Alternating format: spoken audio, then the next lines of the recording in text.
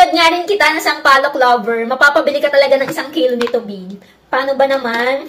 Ang sarap naman kasi talaga, bata pa lang ako, mahilig na talaga ako sa mga ganitong sampalok, hindi pa uso.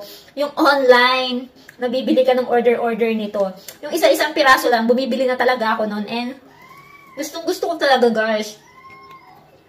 1 kilo nga yung binili ko, siguro mga hanggang dito yun, ang daming laman. Ang harap. Naghahalo yung tamis, yung alat, yung anghang, at yung asim nito. Medyo madami siyang sugar na kasama. Kaya naman, paisa-isa lang ako. Gusto ko lang siya, matikman siya everyday. Depende. Pero hindi na talaga mukbang kung mukbang. Basta gusto ko lang, may stock talaga ako nito. Kasi nga, sampalok lover ang above na to. Ang harap nyo, guys. Kung gusto nyo rin ito, guys, ilalagay ko yung link sa yellow basket. Harap siya, lasang bago siya. Ang harap, mapapadalawa ata ako. Pwede nyo rin to i-business. Kayo na lang bahala magpresyo kung magkano yung gusto nyo.